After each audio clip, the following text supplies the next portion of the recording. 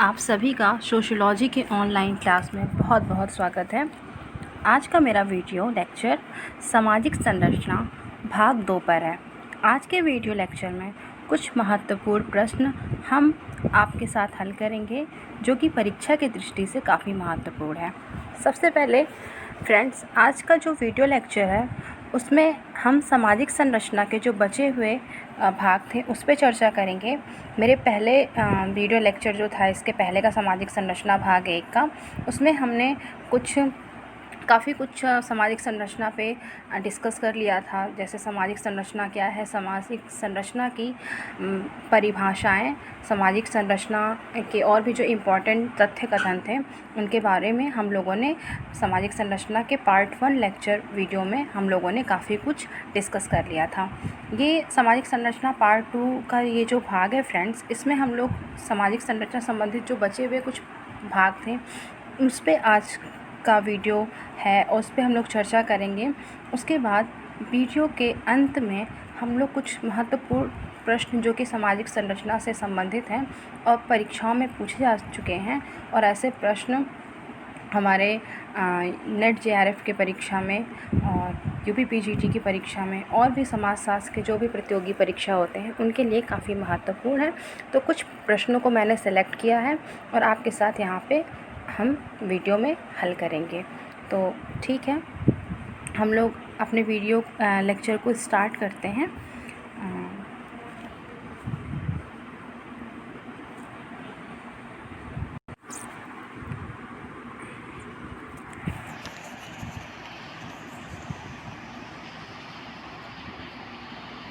Friends, टालकट Parsons के सामाजिक संरचना की बात की जाए तो वह परीक्षा की दृष्टि से काफ़ी महत्वपूर्ण है।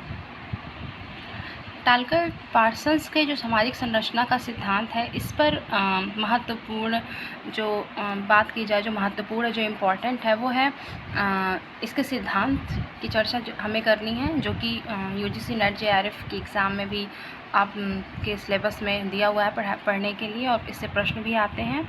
UP PGT हो गया आपका, और भी आपकी अपकमिंग जो वैकेंसी है UP हायर असिस्टेंट प्रोफेसर की, उसमें भी इससे प्रश्न पूछते हैं।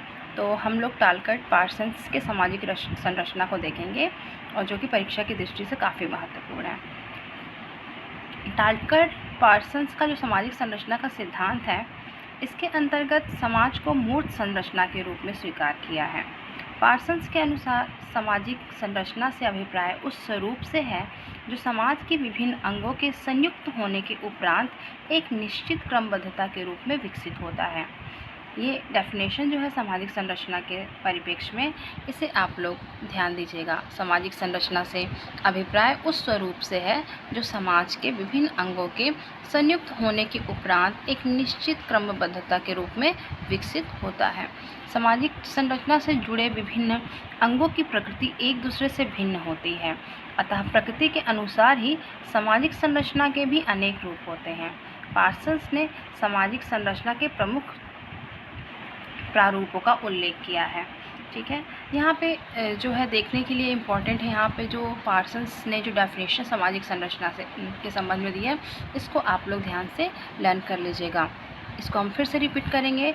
पार्सन्स के अनुसार सामाजिक संरचना से अभिप्राय उस स्वरूप से है जो समाज के विभिन्न अंगों के संयुक्त होने के उपरांत एक निश्चित क्रमबद्धता के रूप में विकसित होता है। ठीक, अब सामाजिक संरचना के बारे में कहते हैं कि सामाजिक संरचना से जुड़े विभिन्न अंगों की प्रकृति एक दूसरे से तो काफ़ी भिन्न होती है। ठीक है ना, एक दूसरे से काफ़ी भिन्न होती है, अतः प्रकृति के अनुसार ही सामाजिक संरचना के भी अनेक रूप होते हैं। ठीक, यहाँ पे ये है, कहने का मतलब है पार्सन्स जो बताते हैं कि यहाँ पे जो सामाजिक संरचना से जुड़े जो विभिन्न अंग हैं उनकी प्रकृति एक दूसरे से भिन्न होती है, लेकिन सब एक दूसरे अपने स्थान पे होते हुए सारे एक अपने अपने कार्य को, एक जो उनका कार्य है उसको करते रहते हैं, इससे व्यवस्था चलती रहती है। तो इसके बाद आता है, इन्होंने जो इम्पोर्टेंट है इनका, कि सामाजिक संरचना के 4 प्रमुख प्रारूपों का उल्लेख किया। इसमें है सार्वभौमिक प्रदत्त प्रतिमान, ये दूसरा आता है सार्वभौमिक अर्जित प्रतिमान, तीसरा है विशिष्ट प्रदत्त प्रतिमान, और चौथा है विशिष्ट अर्जित प्रतिमान। अक्सर पार्सन्स के सामाजिक संरचना से जब प्रश्न बनता है नेट के एग्ज़ाम में या पीजीटी में, आप किसी भी समाजशास्त्र के कॉम्पिटिटिव एग्ज़ाम को देखो तो यहाँ पे ये प्रारूप अक्सर पूछ लेता है कि पार्सन्स ने कौन कौन से सामाजिक संरचना के प्रारूपों का उल्लेख किया है, या पार्सन्स ने सामाजिक संरचना के कितने प्रारूपों के बारे में चर्चा किया है। तो आप देखोगे, आप बताओगे कि पार्सन्स ने सामाजिक संरचना के 4 प्रारूपों की बात कही है, 4 प्रारूपों का उल्लेख किया है। या इस तरह से पूछ लेता है कौन कौन से प्रारूप हैं, तो आप बताओगे सार्वभौमिक प्रदत्त प्रतिमान, सार्वभौमिक अर्जित प्रतिमान, विशिष्ट प्रदत्त प्रतिमान और विशिष्ट अर्जित प्रतिमान। ये बहुत इंपॉर्टेंट है, इससे प्रश्न काफ़ी पूछता है, तो इसको आप लोग ध्यान से देख लीजिएगा। और टालकट पार्सन्स के डेफिनेशन को भी आप लोग देख लीजिएगा, ठीक है। अब आता है यहाँ पे रैटक्लिफ ब्राउन का सामाजिक संरचना का सिद्धांत। रैटक्लिफ ब्राउन जो मानव शास्त्र के प्रणेता कहे जाते हैं, रैटक्लिफ ब्राउन को सामाजिक मानव शास्त्र का प्रणेता कहा जाता है, इसको आप लोग ध्यान में रखिएगा। उन्होंने इस अवधारणा को केवल स्पष्ट नहीं किया, मतलब सामाजिक संरचना की अवधारणा को, बल्कि इन्होंने अंडमान द्वीप समूह के निवासियों के सामाजिक जीवन के अध्ययन में इसे प्रयोग करके भी दिखाया, ठीक है। ये काफ़ी इम्पॉर्टेंट है कि ये है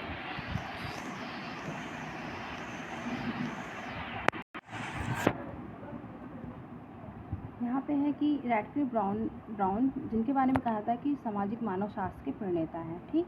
तो इनका ये इम्पॉर्टेंट है कि रैटक्लिफ ब्राउन जो हैं उन्होंने इस अवधारणा को सिर्फ स्पष्ट नहीं किया, बल्कि इन्होंने अंडमान द्वीप समूह के निवासियों के सामाजिक जीवन के अध्ययन में इसे प्रयोग करके दिखाया है, ठीक। तो ये लाइन काफ़ी इम्पॉर्टेंट है कि अंडमान द्वीप समूह के निवासियों के सामाजिक जीवन का अध्ययन। तो सामाजिक संरचना की जब इन्होंने स्टडी की तो इन्होंने अंडमान द्वीप समूह के निवासियों के सामाजिक जीवन के अध्ययन में इसे प्रयोग में भी किया। तो ये काफ़ी इम्पॉर्टेंट है, इससे क्वेश्चन बनता है कि अंडमान द्वीप समूह के निवासियों का अध्ययन किसने किया है अपने प्रयोग में। तो ये किया था रैटक्लिफ ब्राउन जी ने। उसके बाद आता है रैटक्लिफ ब्राउन ने संरचना शब्द से विश्लेषण प्रारंभ करते हैं और लिखते हैं कि जब भी हम संरचना शब्द का प्रयोग करते हैं तो इससे हमारा अभिप्राय भागों अथवा संगठकों के बीच किसी प्रकार के व्यवस्थित क्रम से है। यहाँ पे जो संरचना शब्द के विश्लेषण की बात की जा रही है, इसे भी ध्यान में रखना है आपको।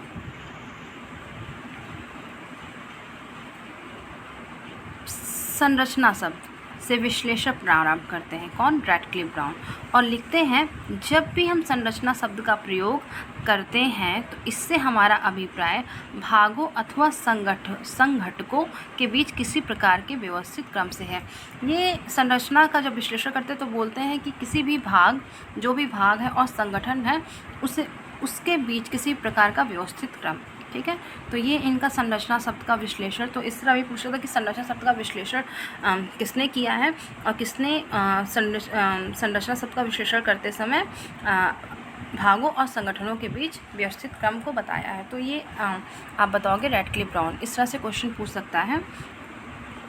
उसके बाद फिर आता है सामाजिक संरचना अध्ययन के विभाग। सामाजिक संरचना अध्ययन के विभाग, इससे ये भी क्वेश्चन बन सकता है कि सामाजिक संरचना अध्ययन के विभाग के बारे में किसने चर्चा की है।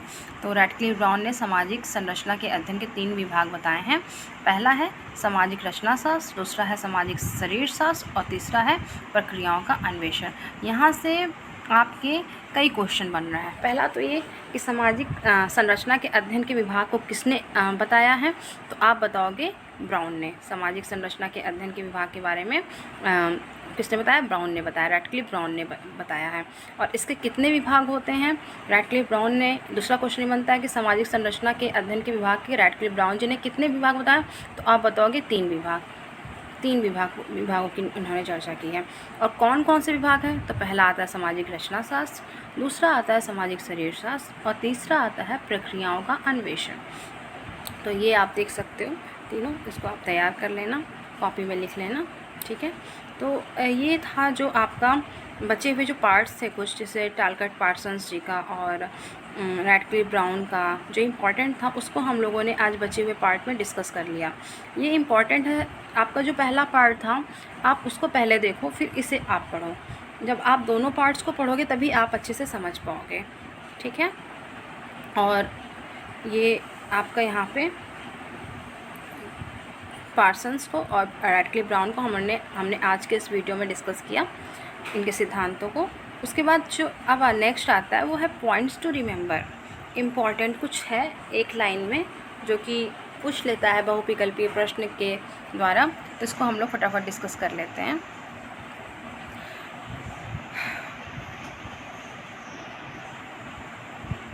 ये आपके परीक्षा के पॉइंट ऑफ व्यू से काफ़ी इम्पॉर्टेंट है। पेरेटो ने सामाजिक संतुलन की अवधारणा प्रस्तुत की थी। मार्क्स ने संरचना के संघर्ष को बताया है तथा मर्टन ने संरचना और प्रकार्य को भिन्न माना है। मर्टन ने सामाजिक एवं सांस्कृतिक संरचनाओं के अनेक तत्वों में से सांस्कृतिक लक्ष्य तथा सामाजिकृत साधन की बात की है, ठीक। तो ये पहला लाइन आप देख लीजिए, पेरेटो जो है सामाजिक संतुलन की अवधारणा प्रस्तुत की है। दूसरा, कार्ल मार्क्स ने संरचना के संघर्ष को बताया है तथा मर्टन ने संरचना और प्रकार को बिल्कुल भिन्न माना है। क्वेश्चन बन सकता है कि संरचना और प्रकार को भिन्न कौन माना है, तो आप बताओ कि मर्टन ने। ये वन लाइन में है, इससे भी क्वेश्चन बनते हैं, इसलिए जो इम्पोर्टेंट कुछ पॉइंट्स थे उसको मैंने यहाँ पे लिख दिया आपके एग्ज़ाम के पॉइंट ऑफ व्यू से, क्योंकि आपके नेक्स्ट जो नेट के एग्ज़ाम में 11 नवंबर में है। तो कुछ इंपॉर्टेंट चीज़ें हैं जो आप अपनी कॉपी में नोट कर लीजिएगा, इससे क्वेश्चन पूछा जा सकता है। फिर मर्टन ने ही सामाजिक और सांस्कृतिक संरचनाओं के अनेक तत्वों में से सांस्कृतिक लक्ष्य तथा सामाजिकृत साधन की बात की है। फिर आते हैं दुर्खीम तथा गिन्सबर्ग ने संरचना और प्रकार के बीच घनिष्ठ संबंध माना है। अब यहाँ से कैसे क्वेश्चन बन सकता है कि किस विद्वानों ने सामाजिक संरचना और प्रकार के बीच घनिष्ठ संबंध की बात की है, तो ये दुर्खीम करते हैं और गिन्सबर्ग करते हैं, ठीक है। ये भी आप लोग लिख लीजिएगा। फिर नेक्स्ट आता है, ये जो नेक्स्ट है ये काफ़ी इम्पॉर्टेंट है। लुई ड्यूमा ने जाति के स्तरीकरण का संरचनात्मक सिद्धांत प्रस्तुत किया। क्वेश्चन ऐसे बनता है कि जाति के स्तरीकरण का संरचनात्मक सिद्धांत किसने प्रस्तुत किया, तो आप बताओगे लुई ड्यूमा। ये जो लुई ड्यूमा है इनसे काफ़ी क्वेश्चन हर एग्ज़ाम में मिल ही जाएगा आपको। आप कितना भी अपना ओल्ड क्वेश्चन पेपर उठा के देखो तो आपको लुई ड्यूमा से एक क्वेश्चन 2 क्वेश्चन मिल जाएंगे। तो लुई ड्यूमा ने जाति के स्तरीकरण का संरचनात्मक सिद्धांत प्रस्तुत किया, ठीक। फिर रैडक्लिफ ब्राउन तथा नॉडेल के अनुसार संरचना में स्थायित्व तथा निरंतरता दोनों होते हैं। ब्राउन संरचना में व्यक्ति तथा व्यक्ति के बीच होने वाले संबंधों को शामिल करते हैं। यहाँ पे आप देख सकते हो कि रैडक्लिफ ब्राउन और नॉडेल के अनुसार संरचना में स्थायित्व भी पाया जाता है और निरंतरता भी पाया जाता है। ऐसे क्वेश्चन बन सकता है कि किसने संरचना में स्थायित्व और निरंतरता दोनों की बात की है, तो ये बात करते हैं रैडक्लिफ ब्राउन और नॉडेल। फिर रैडक्लिफ ब्राउन ने ही संरचना में व्यक्ति तथा व्यक्तियों के बीच होने वाले संबंधों को शामिल करते हैं। रैडक्लिफ ब्राउन जो संरचना होती है, सोशल स्ट्रक्चर होते हैं, इसमें व्यक्ति और व्यक्तियों के बीच जो संबंध होते हैं, जो संबंध बनते हैं, उसको शामिल करते हैं। फिर नेक्स्ट आता है आपका नॉडेल ने, काफ़ी इंपॉर्टेंट ये लाइन है, नॉडेल ने संरचना को भूमिका की गठरी कहा है। ये भी ऐसे भी क्वेश्चन पूछ लेते हैं, किसने संरचना को भूमिका की गठरी कहा, तो आप बताओगे कि नॉडेल ने संरचना को भूमिका की गठरी कहा है। ये काफ़ी इंपॉर्टेंट है, इससे भी क्वेश्चन पूछे गए हैं।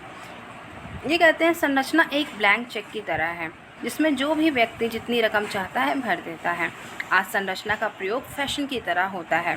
नॉडेल ने संरचना को एक सिद्धांत बनाने के साथ साथ इसे अध्ययन विधि भी माना है, ठीक है। फिर नेक्स्ट आता है मर्टन तथा दुर्खीम। कई बार सामाजिक संरचना स्वयं समाज में नियमहीनता पैदा करती है। मर्टन और दुर्खीम बताते हैं कि जो सामाजिक संरचना होती है वो स्वयं समाज में कई बार नियमहीनता पैदा करती है।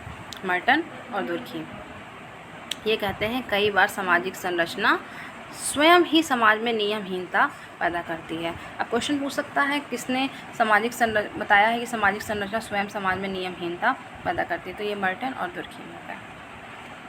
सामाजिक संरचना और सामाजिक संगठन में रेमंड पर्थ ने अंतर किया है। लेकिन वही गिन्सबर्ग दोनों को एक मानते हैं। इससे भी क्वेश्चन बन सकता है कि सामाजिक संरचना और सामाजिक संगठन में किसने अंतर बताया है या किसने भेद बनाया। इससे क्वेश्चन पूछ भी चुका है, तो आप बताओगे रेमंड पर्थ ने। सामाजिक संरचना और सामाजिक संगठन में रेमंड पर्थ ने अंतर किया है। लेकिन दोनों को एक कौन मानता है, कंपेयर करके पढ़ना है यहाँ पे आपको।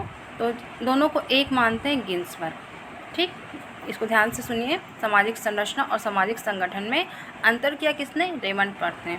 लेकिन वही सामाजिक संरचना और सामाजिक संगठन में दोनों को एक कौन मानता है, वो मानते हैं गिन्सबर्ग। ठीक है, फिर अब यहाँ पे देखेंगे नेक्स्ट जो पॉइंट बच रहा है, इंपॉर्टेंट पॉइंट, इसमें भारत में अक्षय देसाई, आर.के. मुखर्जी, कैथलीन गफ और लुई डूमा संरचनावादी माने जाते हैं।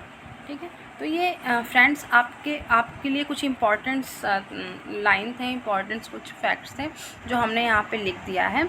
आप इसको कॉपी में नोट कर लीजिएगा और रिवाइज़ कर लीजिएगा, क्योंकि इससे क्वेश्चंस बन सकते हैं।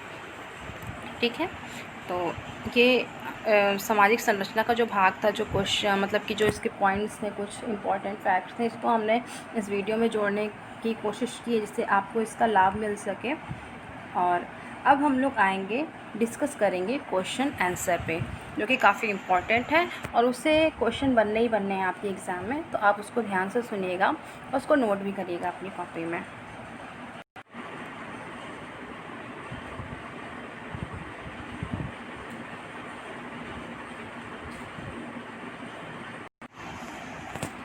ये फ्रेंड्स सामाजिक संरचना से संबंधित कुछ इम्पॉर्टेंट प्रश्न हैं, बहुविकल्पीय, जो परीक्षा में काफ़ी बार पूछे गए हैं और आ भी सकते हैं। ये प्रश्न आपके आने वाले नेट जेआरएफ पेपर के लिए, यूपी पीजीटी के लिए, उसके साथ साथ अपकमिंग जो assistant professor higher education, UP higher education की जो वैकेंसी आने वाली है उसमें भी पूछा जा सकता है। तो इसको आप लोग ध्यान से देखिएगा और इसको अभी हम सॉल्व करेंगे और इसको आप लोग अपनी कॉपी में राइट डाउन ज़रूर करिएगा और इसको ध्यान से ज़रूर पढ़िएगा, इससे क्वेश्चन आपको मिल जाएंगे। ठीक है, तो अब शुरू करते हैं। तो सबसे पहला प्रश्न है फ्रेंड्स कि सबसे पहला प्रश्न है, किसने सामाजिक संरचना तथा संरचनात्मक रूप में अंतर किया है? Radcliffe Brown, S F. Nadel, Lynch, Evans Pritchard. तो फ्रेंड्स इसका आंसर है रैडक्लिफ ब्राउन। रैडक्लिफ ब्राउन ने सामाजिक संरचना तथा संरचनात्मक रूप में अंतर किया है। ये इंपॉर्टेंट है, क्वेश्चन पूछ सकता है। तो इसका आंसर है रैडक्लिफ ब्राउन। हम लोग नेक्स्ट क्वेश्चन पे आते हैं।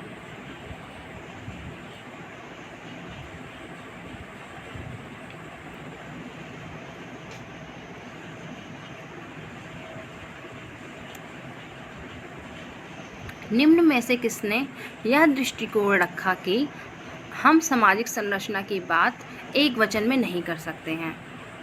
फ्रेंड्स इसका आंसर होगा लेवी स्ट्रॉस।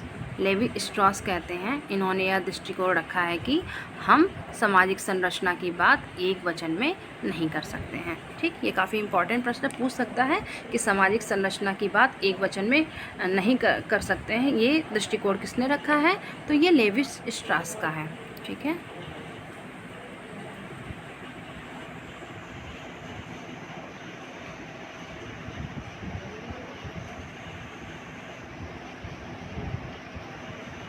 फिर फ्रेंड्स नेक्स्ट आपका जो प्रश्न है वह है, कौन एक जातियों के बीच संरचनात्मक दूरी बनाए रखने में सहायता करता है? इसके 4 ऑप्शन है, आर्थिक परिस्थिति, राजनीतिक शक्ति, भूस्वामित्व, शुचिता और प्रदूषण। तो फ्रेंड्स इसका जो आंसर है वह है शुचिता और प्रदूषण। जो यहाँ पे है ना कि कौन एक जातियों के बीच संरचनात्मक दूरी बनाए रखने में सहायता करता है, तो वो है शुचिता और प्रदूषण। ठीक है फ्रेंड्स, ये आपका करेक्ट आंसर है। अब फ्रेंड्स हम नेक्स्ट क्वेश्चन पे आते हैं। किस विद्वान ने वृहद सामाजिक संरचनाओं के संगठनात्मक सिद्धांत, संसाधनों और लाभों पर नियंत्रण को प्रस्तुत किया है? यहाँ आपके 4 ऑप्शंस हैं। पहला है एम्फोर्ड्स, दूसरा है F.G. बेले, तीसरा है M.J. लेवी और चौथा है S.F. नोडल। तो फ्रेंड्स इसका जो करेक्ट ऑप्शन है वह है S.F. नोडल। ठीक है, यहाँ पे देखिए S.F. नोडल इसका करेक्ट आंसर है। S.F. नोडल SF नोडेल ने वृहद सामाजिक संरचनाओं के संगठनात्मक सिद्धांत, संसाधनों और लाभों पर नियंत्रण को प्रस्तुत किया है। किसने? SF नोडेल ने।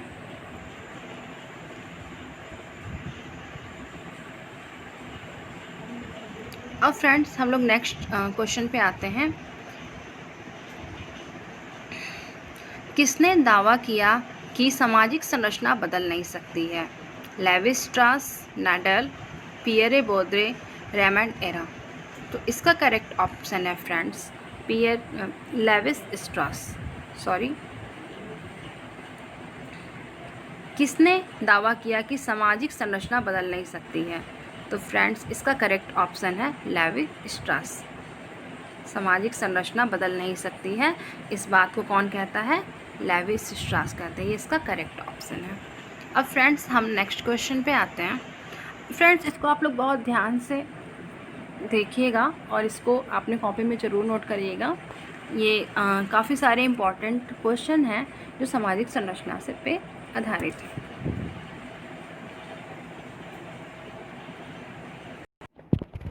आपका नेक्स्ट क्वेश्चन है, पार्सन्स के अनुसार सामाजिक संरचना को बने रहने के लिए निम्नलिखित में से कौन कौन से प्रकार करने की आवश्यकता है? ये काफ़ी इम्पॉर्टेंट क्वेश्चन है, काफ़ी ये मोस्ट इम्पॉर्टेंट क्वेश्चन है और इससे काफ़ी प्रश्न पूछते हैं। इसमें है जो ऑप्शंस इसमें मतलब दिए हुए हैं, इसमें है पहला अनुकूलन, दूसरा है सामाजिक क्रिया, तीसरा है एकीकरण, चौथा है सामाजिककरण, पांचवा है लक्ष्य प्राप्ति और छठवां है प्रतिरूप अनुचरण। तो इसमें फ्रेंड्स जो ऑप्शन है वो ऑप्शन सी सही है। पहला होगा इसमें अनुकूलन, एडॉप्शन।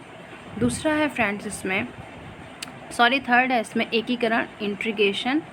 फिर फिफ्थ है आपका लक्ष्य प्राप्ति और फिर आपका सिक्स है फ्रेंड्स इसमें प्रतिरूप अनुसरण तो अनुरक्षण प्रतिरूप अनुरक्षण। ये जो पार्सन्स ने यहाँ पे टालकट पार्सन्स ने जो एगिल मॉडल की बात की थी उसी पे आधारित है। एगिल मॉडल इनका एक एगिल मॉडल है जिसको हम लोग डिस्क्राइब करेंगे, बाद में डिस्कस करेंगे। काफ़ी इम्पॉर्टेंट मॉडल है, ठीक है।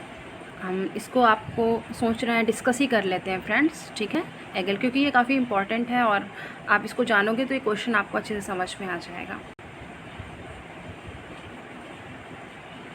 फ्रेंड्स ये है पार्सन्स का एगिल मॉडल, जिसमें पहला है एडॉप्शन, जिसे हम लोग हिंदी में अनुकूलन कहते हैं।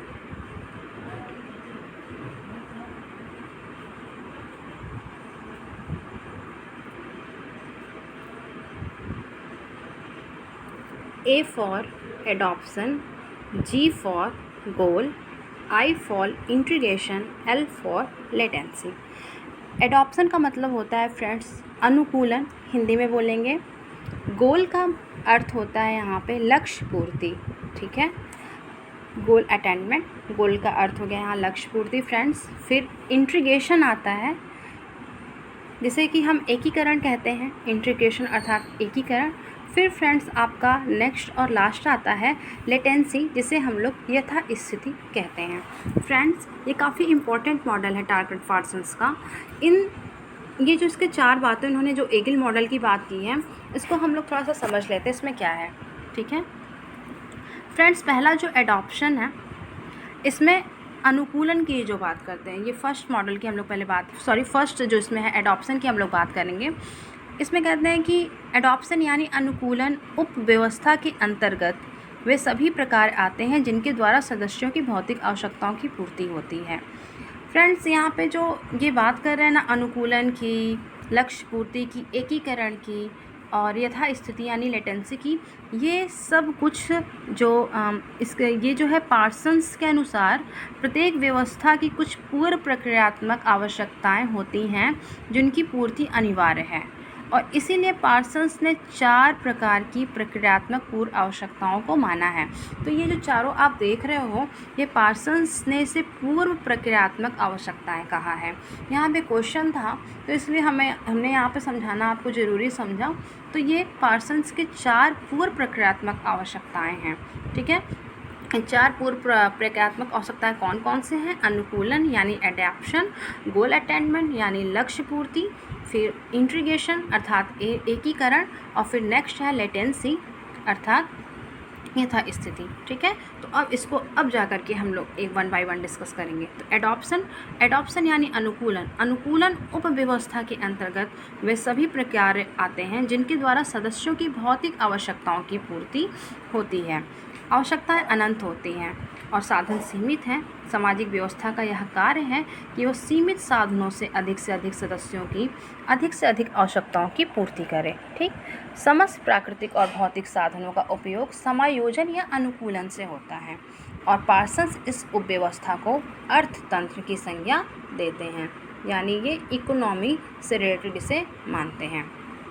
ठीक, फिर फ्रेंड्स आता है आपका नेक्स्ट आता है गोल अटेनमेंट। ठीक है, दूसरा है गोल अटेनमेंट यानी लक्ष्य पूर्ति।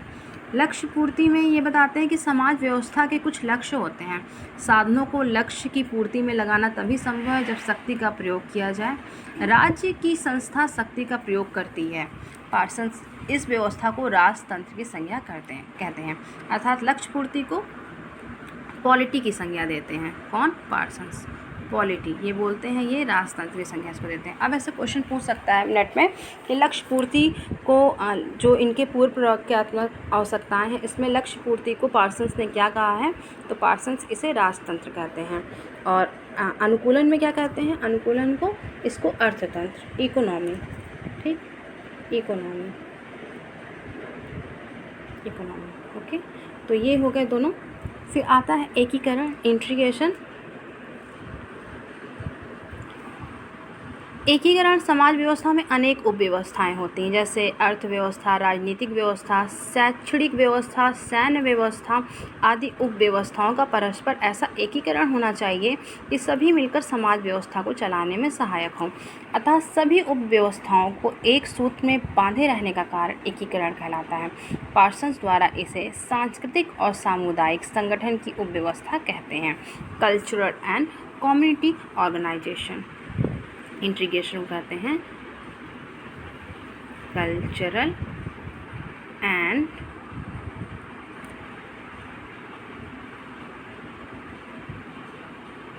Community organisation. ठीक है, कल्चरल एंड कम्युनिटी ऑर्गेनाइजेशन को कहते हैं इंटीग्रेशन को। फिर नेक्स्ट और लास्ट आता है लेटेंसी। लेटेंसी की बात की जाए तो समाज व्यवस्था गतिमान रहती है। उसमें तरह तरह के तनाव और विचलन की प्रवृत्तियां उभरती रहती हैं। व्यवस्था तभी चल पाएगी जब इन प्रवृत्तियों पर नियंत्रण रखा जाए। यथा स्थिति की उपव्यवस्था को पार्सन्स नातेदारी उपव्यवस्था कहते हैं। ठीक है, तो ये था इनका लेटेंसी, यथास्थिति। और इसी यथास्थिति में ये 2 प्रकार के कार्यों का संपादन बताते हैं। पहला है प्रतिमान अनुरक्षण और दूसरा है तनाव प्रबंधन। ठीक है, अब ये आपको फ्रेंड्स ये जो क्वेश्चन था ये समझाने के लिए हमने यहाँ पे आपको इन चारों को बता दिया, एगिल मॉडल बता दिया, शॉर्ट में बहुत बताया है, क्योंकि जिससे आप क्वेश्चन जब करो ना तो आपको कम से कम पता रहे कि एगिल मॉडल होता क्या है। तो एगिल मॉडल है, एगिल आप याद कर लो, AGIL, एगिल। ये टालकट पार्सन्स के पूर्व प्रक्रियात्मक अवस्थाएं हैं जो 4 प्रकार के हैं। कौन? एडॉप्शन, एकीकरण, गोल अटेनमेंट, लक्ष्य पूर्ति, तीसरा है इंटीग्रेशन यानी एकीकरण, और चौथा है लेटेंसी यानी यथास्थिति। ये काफ़ी इंपॉर्टेंट है फ्रेंड्स। चलिए हम लोग फिर अपने क्वेश्चंस पे आते हैं जो क्वेश्चन हम लोग सॉल्व कर रहे थे। फ्रेंड्स का सी ऑप्शन सही होगा, सी ऑप्शन। ठीक है,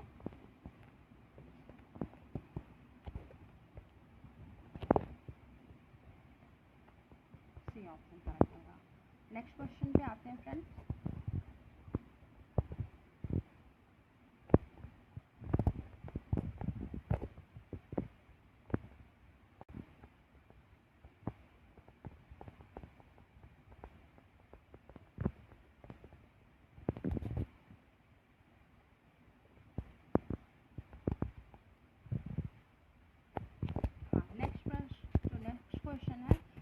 यह विचार कि सामाजिक संरचना को भूमिकाओं, जालक्रमों एवं प्रतिरूपों के माध्यम से समझा जा सकता है, प्रतिपादित किया गया था। ठीक है, ये मोस्ट इम्पॉर्टेंट क्वेश्चन है कि सामाजिक संरचनाओं को भूमिकाओं के जालक्रमों और प्रतिरूपों के माध्यम से समझा जा सकता है, किसने प्रतिपादित किया? तो इसका करेक्ट आंसर है फ्रेंड्स SF नॉडेल। SF नॉडेल ने सामाजिक संरचनाओं को भूमिका के जालक्रमों और प्रतिरूपों के माध्यम से समझा जा सकता है, इन्होंने इस बात का प्रतिपादन किया। तो इसका करेक्ट आंसर होगा SF नॉडेल। ये मोस्ट इम्पॉर्टेंट क्वेश्चन है, इसको आप ध्यान से देखिएगा। सारे क्वेश्चन तो सारे इम्पॉर्टेंट हैं, लेकिन ये क्वेश्चन काफ़ी रिपीटेड है एग्जाम में।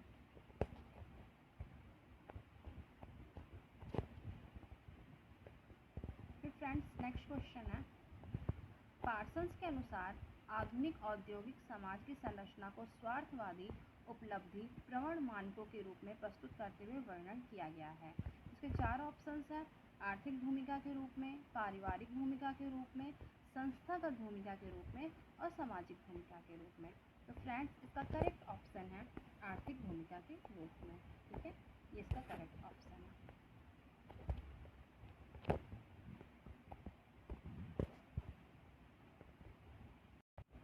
फ्रेंड्स हम नेक्स्ट क्वेश्चन पे आते हैं। किसने यह दावा किया है कि सामाजिक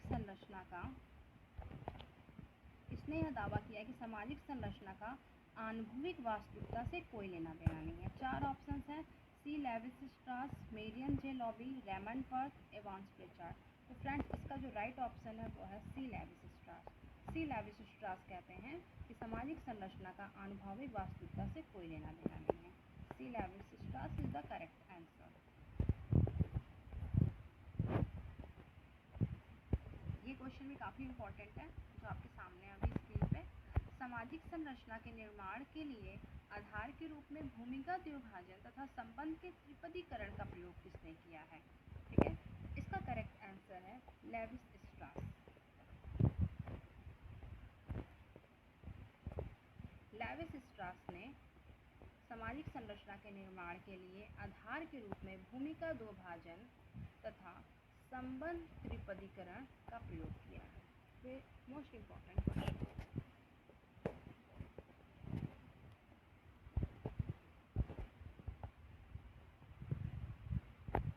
मूर्त सामाजिक संरचना तथा संरचनात्मक स्वरूप में किसने अंतर किया है? इसके 4 ऑप्शंस हैं, Radcliffe brown, Malinowski, Louis Merton. इसका करेक्ट ऑप्शन है रैडक्लिफ ब्राउन। रैडक्लिफ ब्राउन ने मूर्त सामाजिक संरचना तथा संरचनात्मक स्वरूप में अंतर किया।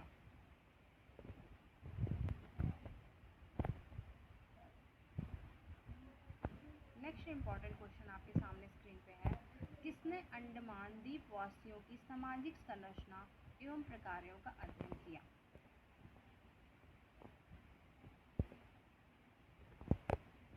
तो फ्रेंड्स ये अभी हम लोग चर्चा भी किए थे कि अंडमान द्वीप वासियों का सामाजिक संरचना और प्रकारों का अध्ययन किसने किया था? रैडक्लिफ ब्राउन जी ने। ये इसका करेक्ट आंसर है और ये काफ़ी इंपॉर्टेंट भी है, कई बार एग्जाम्स में से क्वेश्चन आ चुके हैं। नेक्स्ट और इम्पॉर्टेंट क्वेश्चन है फ्रेंड्स, कौन सामाजिक संरचना का तत्व नहीं है? संस्थाएं, परिस्थिति व भूमिका, समूह व उपसमूह एवं उपसंस्कृति। सामाजिक संरचना पे जो हमारा लेक्चर हुआ था वीडियो पार्ट 1 में, तो उसमें हम लोगों ने इस बातों पे चर्चा की थी कि कौन कौन से इसके तत्व हैं। ठीक है, कंपोनेंट सामाजिक संरचना के।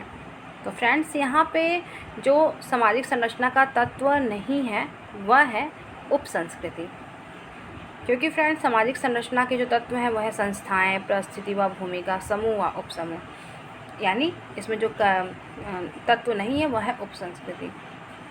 उपसंस्कृति सामाजिक संरचना का तत्व नहीं है।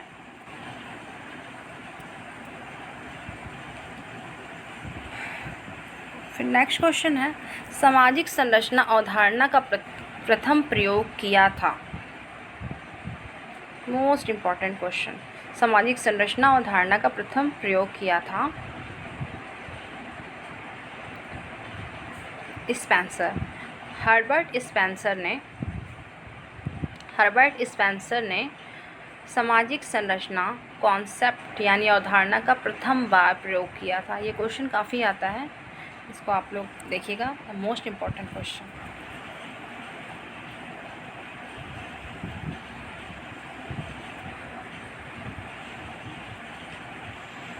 सामाजिक संरचना को क्रिया की अविरल धारा के रूप में किसने परिभाषित किया था? इनसे भी काफ़ी क्वेश्चन आया है कि सामाजिक संरचना को क्रिया की अविरल धारा के रूप में किसने परिभाषित किया? ये किया था गिडेंस ने। Giddens is the right answer.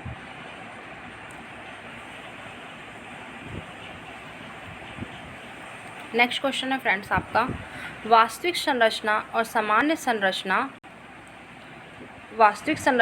सामान्य संरचना के मध्य अंतर स्थापित किया? मर्टन ने, नॉडेल ने, दुर्खीम ने, ब्राउन ने। तो फ्रेंड्स ये अभी यूपीपीजीटी में भी इसका पूछा था क्वेश्चन, वास्तविक संरचना और समान संरचना से। तो वास्तविक संरचना और समान संरचना के मध्य अंतर स्थापित किया है रैडक्लिफ ब्राउन ने।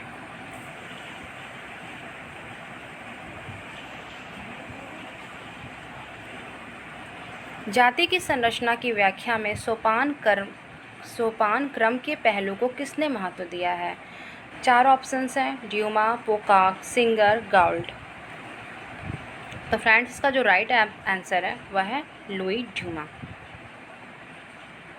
लुई ड्यूमा ने जाति संरचना की व्याख्या में सोपान क्रम के पहलू को महत्व दिया है। किसने? लुई ड्यूमा ने। Louis Dumont is the correct option. जाति संरचना की व्याख्या में सोपान क्रम के पहलू की बात किसने किया? लुई ड्यूमा ने। Louis Dumont is the correct option. और ये काफ़ी इंपॉर्टेंट क्वेश्चन है ये। किसके अनुसार सांस्कृतिक लक्ष्य एवं संस्थागत आदर्श सामाजिक संरचना के 2 मुख्य तत्व हैं? इसका राइट आंसर है मर्टन।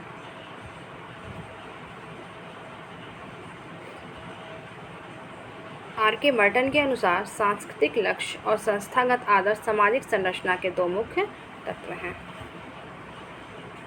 नेक्स्ट क्वेश्चन है फ्रेंड्स,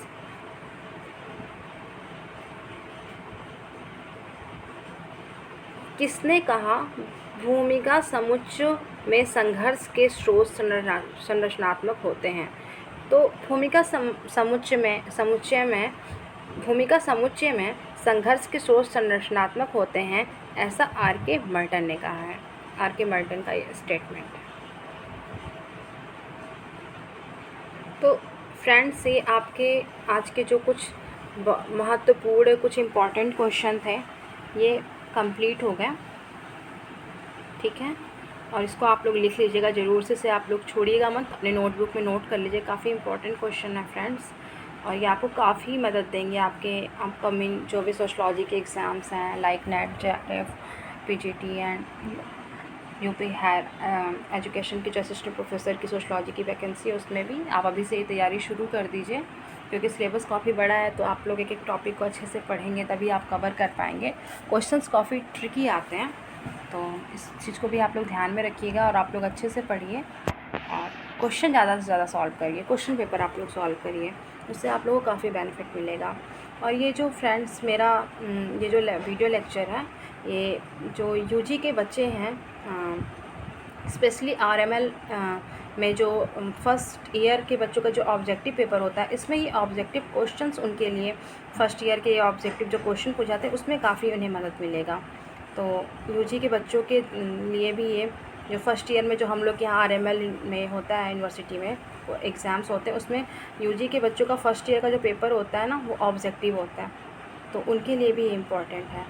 और बाकी जो कंपटीशन के पॉइंट ऑफ व्यू से है उसे तो हम ध्यान में रख के ही इस लेक्चर को तैयार किए हैं।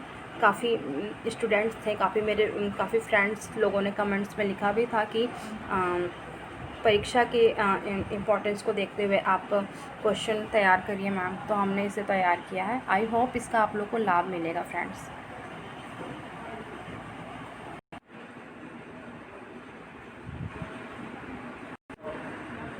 फ्रेंड्स आप बताइएगा आपको आज का वीडियो लेक्चर कैसा लगा, और आप इन क्वेश्चंस को सॉल्व करिएगा। पीडीएफ इसके जो हैं ये नोट्स के, ये हम आप लोग को डिस्क्रिप्शन बॉक्स में इसके लिंक शेयर कर देंगे, आप वहाँ से इसे डाउनलोड कर सकते हो। फ्रेंड्स, मेरे टेलीग्राम चैनल का लिंक भी हम शेयर कर रहे हैं, व्हाट्सअप का लिंक भी शेयर कर रहे हैं, उससे भी आप हमसे जुड़ सकते हो। टेलीग्राम चैनल पे फ्रेंड्स सोशलॉजी से है, जो कि नेट JRF और UPPGT से, उसमें रोज़ डेली क्विज़ होते हैं सोशलॉजी के इंपॉर्टेंट क्वेश्चन पे। आप उस टेलीग्राम चैनल को भी ज्वाइन कर सकते हो। और स्टडी मटेरियल भी जो होते हैं इंपॉर्टेंट, वो अपने व्हाट्सएप ग्रुप में जो सोशलॉजी के लिए है और टेलीग्राम चैनल पे हम अवेलेबल करा देते हैं, जिससे आप लोगों का उसका लाभ मिल सके। ठीक है, तो आप मेरे टेलीग्राम चैनल को भी ज्वाइन करो और व्हाट्सएप से भी आप जुड़ सकते हो हमसे। और फ्रेंड्स, अपने कमेंट्स बॉक्स में आप आपको जो टॉपिक चाहिए या आपके जो भी इससे क्वेरी, जो भी आपके इशूज़ हैं, आप उस पर लिख के बता सकते हो, जिससे हम लोग उस पर देख सकें, काम कर सकें और आप लोग के लिए और अच्छे वीडियो बना सकें। ठीक है फ्रेंड्स, ये मेरी कोशिश है कि अब जो फ्रेंड्स हैं जो काफ़ी दिनों से वीडियो की मांग कर रहे थे, उनके लिए मैंने बनाया है कि उन्हें बेनिफिट मिल सके, इससे उन लोग तैयारी कर सकें। ये एक बहुत ईजी शब्दों में मैंने समझाने की कोशिश की है कि अच्छे समझ में आ जाए। हमने अपनी पूरी कोशिश की। आई होप कि आप लोगों को ये वीडियो अच्छा लगेगा, हम आशा करते हैं। आप लोगों ने मेरा वीडियो देखा, सुना, वो उसके लिए बहुत बहुत धन्यवाद। और फ्रेंड्स, मेरे चैनल को आप लोग सब्सक्राइब करिए, इसे शेयर करिए, लाइक करिए, ज़रूर सब्सक्राइब करिए फ्रेंड्स, जिससे मेरे और भी जो आने वाले अपकमिंग वीडियो हैं उसके अपडेट्स आप तक पहुंच सकें। और भी अपने फ्रेंड्स के बीच में से शेयर करिए।